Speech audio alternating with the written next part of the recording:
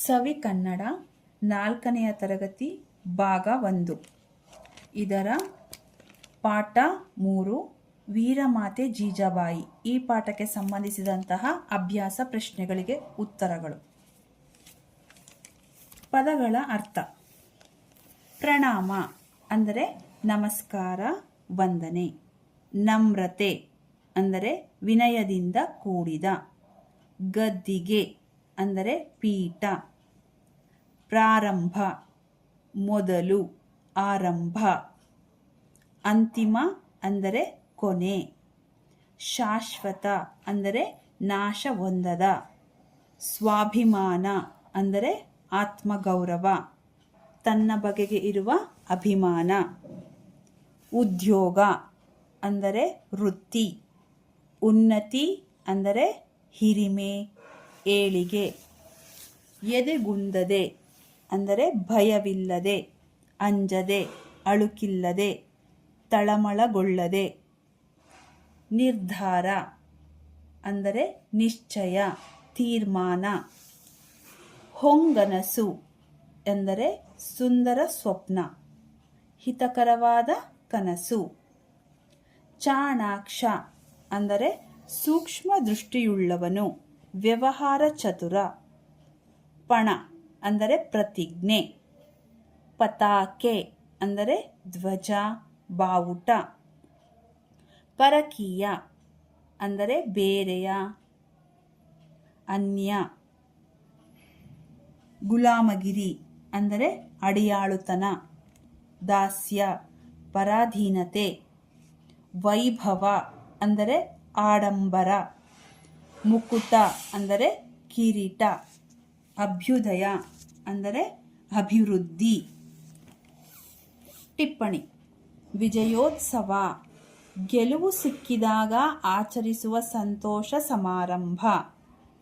ಸಾಮ್ರಾಜ್ಯ ಸಾರ್ವಭೌಮ ಅಧಿಕಾರವುಳ್ಳ ರಾಷ್ಟ್ರ, ಚಕ್ರಾಧಿಪತ್ಯ. ಪಟ್ಟಾಭಿಷೇಕ ವಿದ್ಯುಕ್ತವಾಗಿ ಪವಿತ್ರ ಜಲಗಳಿಂದ ಅಭಿಷೇಕ ಮಾಡುವಿಕೆ ಅಂದರೆ ಪಟ್ಟ ಕಟ್ಟುವಿಕೆ. ಮುಂದೆ ಅಭ್ಯಾಸ ಪ್ರಶ್ನೆಗಳು. ಅ. ಒಂದೊಂದು ವಾಕ್ಯದಲ್ಲಿ ಉತ್ತರ ಬರೆಯಿರಿ. ಮೊದಲನೆಯ ಪ್ರಶ್ನೆ. ತಾಯಿಗೆ ಮಗನು ಏನೆಂದು ಕೇಳಿದನು? ತಾಯಿಗೆ ಮಗನು, ಅಮ್ಮ, ನನ್ನನ್ನು ಕರೆಸಿದ ಕಾರಣವೇನು? ನನ್ನಿಂದ ಏನಾಗಬೇಕು ಎಂದು ಕೇಳಿದನು. ಎರಡನೆಯ ಪ್ರಶ್ನೆ. ಕೊಂಡಾಣ ದುರ್ಗವು ಯಾರ ವಶದಲ್ಲಿತ್ತು? ಕೊಂಡಾಣ ದುರ್ಗವು ಮೊಘಲರ ವಶದಲ್ಲಿತ್ತು. ಮೂರನೆಯ ಪ್ರಶ್ನೆ. ಜೀಜಾಬಾಯಿಯ ತಂದೆಯ ಹೆಸರೇನು? ಜೀಜಾಬಾಯಿಯ ತಂದೆಯ ಹೆಸರು ಲಖೂಜಿ ಜಾಧವರಾವ್. 4. ಶಿವಾಜಿಯ ಗುರುವಿನ ಹೆಸರೇನು? ಶಿವಾಜಿಯ ಗುರುವಿನ ಹೆಸರು ದಾದಾಜಿ ಕೊಂಡದೇವ. ಆ. ಕೊಟ್ಟಿರುವ ಪದಗಳಲ್ಲಿ ಸರಿಯಾದ ಪದ ಆರಿಸಿ ಬಿಟ್ಟ ಸ್ಥಳದಲ್ಲಿ ಬರೆಯಿರಿ. 1. ಛತ್ರಪತಿ ಶಿವಾಜಿ ತಾಯಿಯ ಹೆಸರು ಜೀಜಾಬಾಯಿ. 2. ಜೀಜಾಬಾಯಿ ಶಾಹಜಿ ಎಂಬುವನನ್ನು ವಿವಾಹವಾದಳು. 3. ಜೀಜಾಬಾಯಿ ಶಿವಾಜಿಗೆ ಪ್ರತಿನಿತ್ಯ ಮಹಾಭಾರತ ಮತ್ತು ರಾಮಾಯಣ ಕಥೆಗಳನ್ನು ಹೇಳುತ್ತಿದ್ದಳು. 4. ಶಿವಾಜಿ ಪಟ್ಟಾಭಿಷೇಕವು ರಾಯಗಢದಲ್ಲಿ ನಡೆಯಿತು. ಈ. ಕೊಟ್ಟಿರುವ ಪದ ಗಮನಿಸಿ ವಿರುದ್ಧಾರ್ಥಕ ಪದ ಬರೆಯಿರಿ. ಧೈರ್ಯ, ಅಧೈರ್ಯ. ಜಯ, ಅಪಜಯ. ಗೌರವ, ಅಗೌರವ. ನೀತಿ, ಅನೀತಿ.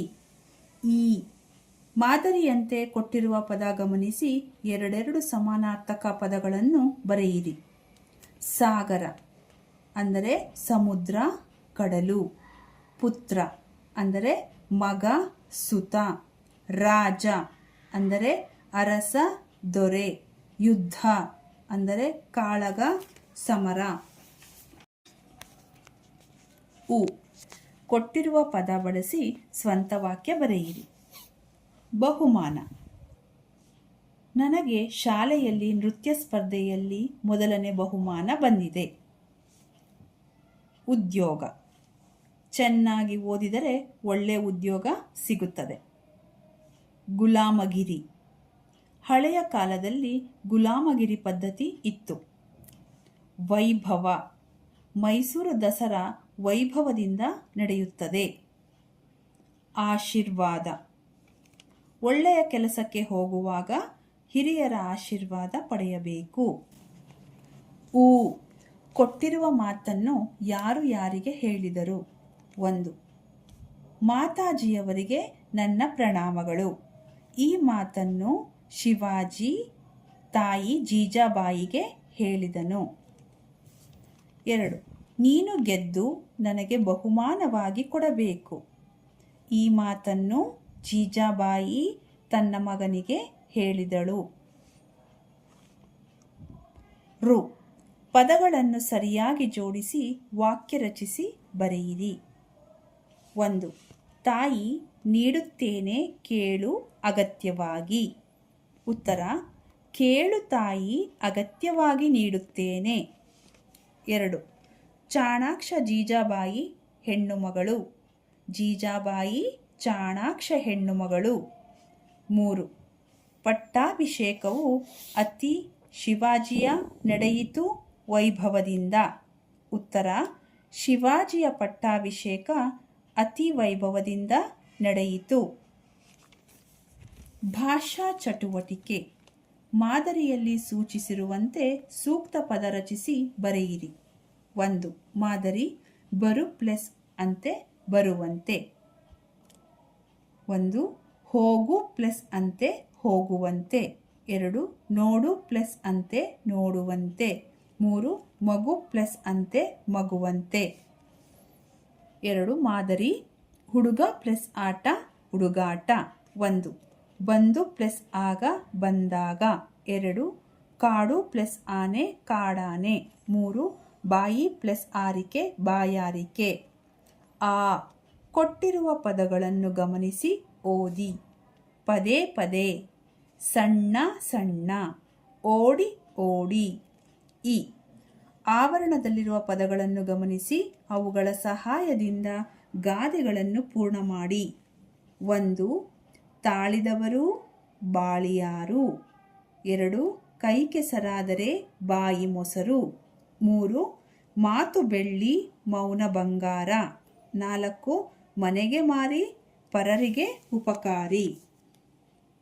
ಈ ವಿಡಿಯೋ ಇಷ್ಟವಾದಲ್ಲಿ ಲೈಕ್ ಮಾಡಿ, ಶೇರ್ ಮಾಡಿ, ಸಬ್ಸ್ಕ್ರೈಬ್ ಆಗಿ. ಧನ್ಯವಾದಗಳು.